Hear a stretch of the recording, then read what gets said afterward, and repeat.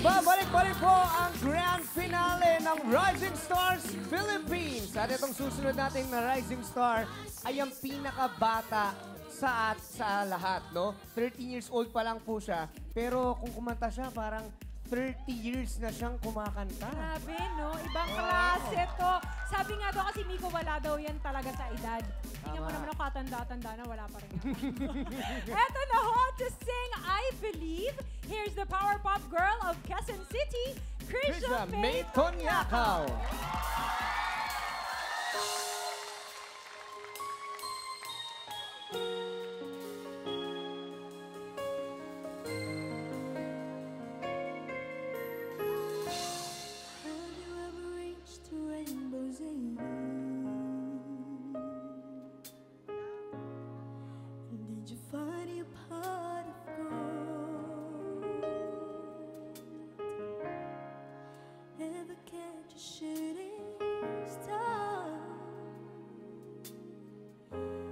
Tell me how hard did you soar?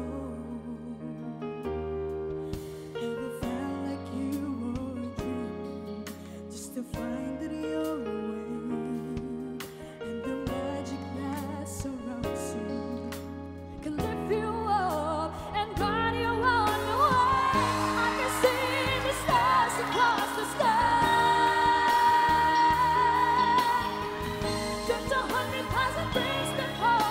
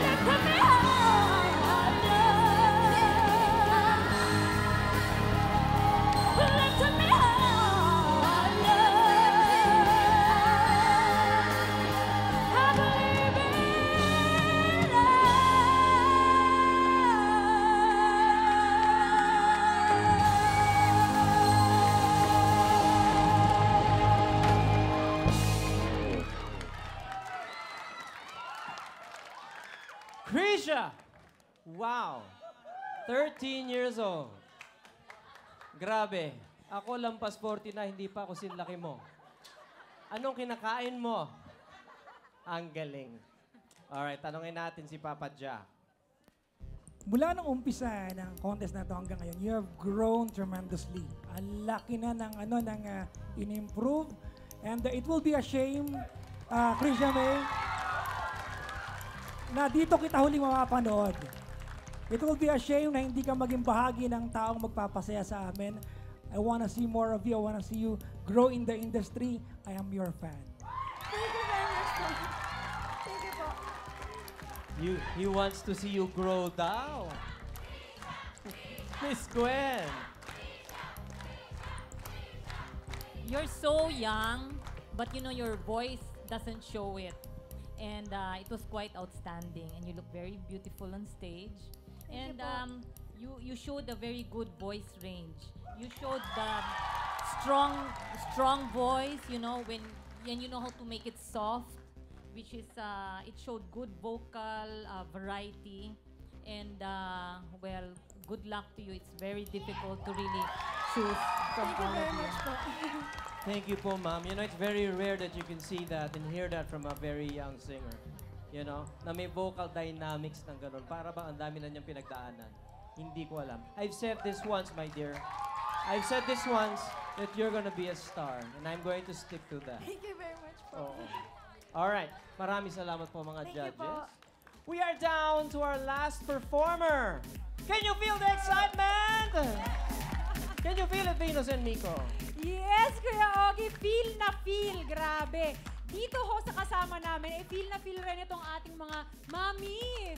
Nandito syempre ang mommy ng ating next performer. Lagi yang nandito dahil bilib na bilib ho sila sa ating next performer. Right, Miko? Totoo yan. Kasi naman, kung napanood nyo po nagkasakit na, napaus na, nilagnat pa. Pero pag nag-perform, di ba, talagang pang shining star. Dahil shining star of the night siya for 3 consecutive Saturdays. Grabe. Eto na ho. Singing I Am Changing. Here is Bacolod City's next Cherise, Rosel Solquillo.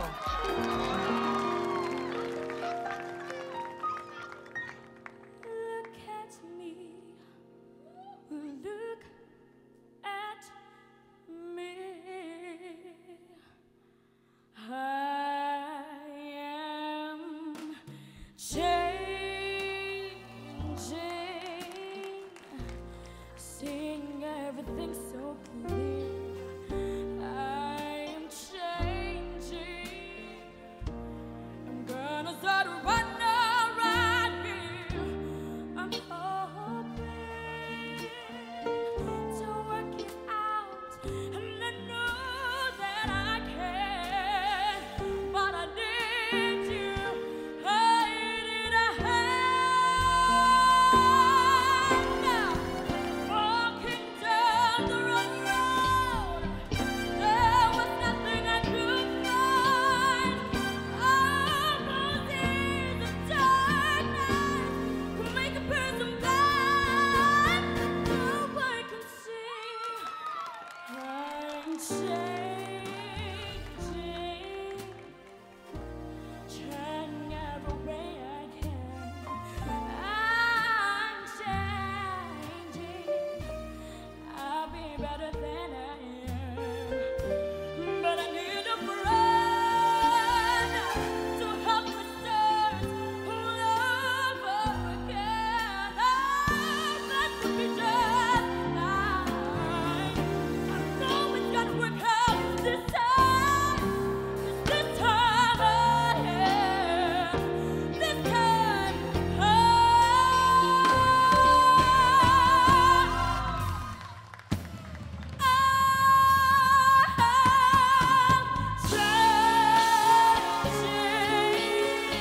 I got myself together now.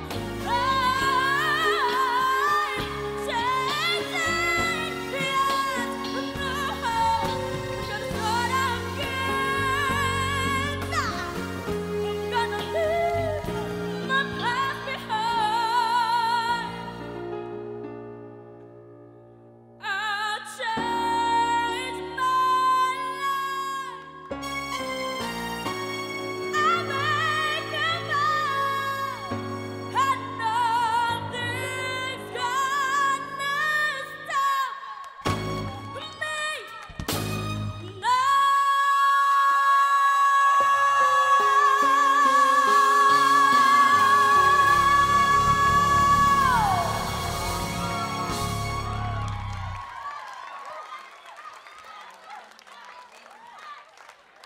Rosel, may kaaway ka? May kaaway ka ba? Sino kaaway mo? Relax, relax, relax. Okay, pakinggan muna natin. Baka mga kakampi mo itong mga to. Miss Jaya! Ha? Nga pala, judge ako. Kala ko kaaway niya ako eh. Wow. Let's see. Let's bring the energy down because you really brought us up there. You really brought us up there. Rosel, of course, I've always been a fan of yours ever since. Now, ako, ang akin talaga is the voice. It has to be the voice. If you close your eyes and you can hear and get touched, that to me is a star. Okay? That to me is a star. Not saying the others are not. I'm just saying a point.